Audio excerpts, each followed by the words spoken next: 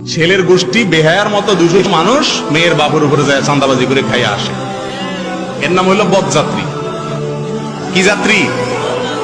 আরে ভাই, বরযাত্রী না, ওটা ভুল নাম। ওটার আসল নাম হলো কি যাত্রী? বরযাত্রী। কেন বরযাত্রী বলতে জানেন? ইসলামে বিয়ে উপলক্ষে একটা খাবারের অনুষ্ঠানের অনুমোদন দিয়েছে, সেটা হলো অলিমা। আর এই অলিমা করবে কে? ছেলে। বিয়ে করছে ওই ছেলে। একটা আস্ত মেয়ে, মা বাপ জন্ম দিয়ে ছোটবেলা থেকে লক্ষ লক্ষ টাকা ইনভেস্ট করে পড়ালেখা করে বড় করাইছে, একটা আস্ত অ্যাডাল্ট মানুষ ধরে উঠে নিয়ে আসতেছে সারা জীবনের জন্য। এই বেটা খুশির চলে সবাই খাওয়াবে, ঠিক না বেঠিক? উল্টে আবার বেহার মতো আনে তো আনে, আবার যায় এদের বাড়িতে দেখা, আবার যৌতুকও চান, ঠিক না বেঠিক?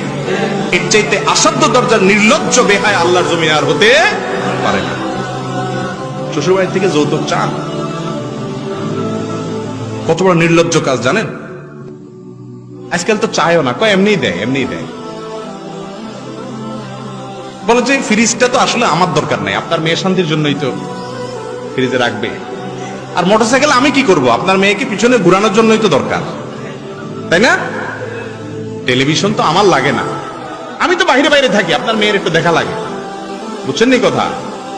এই টাইপের যৌতুক চায়, এগুলোর নাম হলো ডিজিটাল ভিক্ষুক।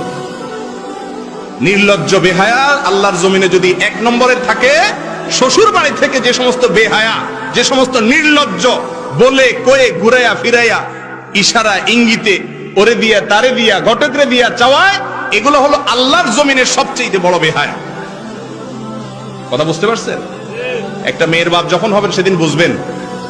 একটা মেয়েকে জন্ম থেকে বড় করা পর্যন্ত লক্ষ লক্ষ টাকা ইনভেস্ট করেছে ওই ভদ্রলোক ভদ্র মহিলা, আপনার শ্বশুর শাশুড়ি। আস্ত মেয়েটা উঠাই দিছে আপনার কাছে, সারা পড়ালেখা করেছে মেয়ের বাপে। সার্ভিসটা নিবে কে? কথা বলেন। সার্ভিসটা নিবে স্বামী, তার ছেলে মেয়ে পড়াবে, ঠিক না বেঠিক?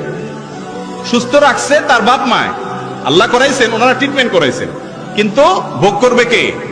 স্বামী। এই মেয়েকে বড় করতে যা লাগছে, উচিত হলো সব টাকা ক্যাশ ক্যাপিটাল হিসাব করে শ্বশুর মিয়াকে বলা যে শ্বশুর মশাই কত লাগছে এই মেয়েকে এ পর্যন্ত আনতে, হিসাব করে ফিগারটা বলেন, সব দিয়া তারপরে সসম্মানে আনা দরকার ছিল। বেহায়া দেয় তো না, বাসর রাতে মহারানা মাপচায় নেয়, উল্টারও যৌতুক চা। আল্লাহ তাআলা আমাদেরকে হেদায়েত দান করুন। বদযাত্রী এই জন্য বললাম যে আজকাল তো চুক্তি করে 300 মানুষ না, 200 না, আমাদের 400-300 মানুষ আছে, কমাইছি 50 জন হবে, এরকম চায়া চিন্তি খায়। ছি ছি ছি। আবার কোন কোন সেদিন বরিশালে বোধহয় এক বিয়েতে আপনার গোশত কম হয়েছে, মারামারি হয়েছে, বিয়ে ভাঙছে, মানুষও মারা গেছে। এই দেশে এটা সম্ভব? আল্লাহু আকবার। আমরা আবার মুসলমান, নামাজ কালাম পড়েন না, মুসলমান পাওয়া যায়, কিন্তু আসল মানুষের মতো মানুষ মুসলমান পাওয়া এখন কঠিন হয়ে গেছে, মানুষ নেই। তো এই জন্য বললাম বদযাত্রী টাত্রী নাই, বিয়ে যেখানে ইচ্ছে সেখানে পড়ান, তবে অনুষ্ঠান হবে শুধুমাত্র মেয়ের বাড়িতে। এমন যুবক আছেন যে বিয়ে করবেন আর বলবেন আমার বিয়েতে এই 2 নম্বরই হবে না, যৌতুকের তো প্রশ্নই ওঠে না, শ্বশুর মশাইয়ের বাড়িতে কোনো খাওয়ান দাওয়ান নাই, মেহমান যা আছে আমি খাওয়াবো, এরকম বাপের বেটা মতো বিয়ে করেন না যুবক আছেন? হাত তোলেন। আল্লাহ তাআলা তৌফিক দান করুন। মুশকিল হলো এখন হাত তুললে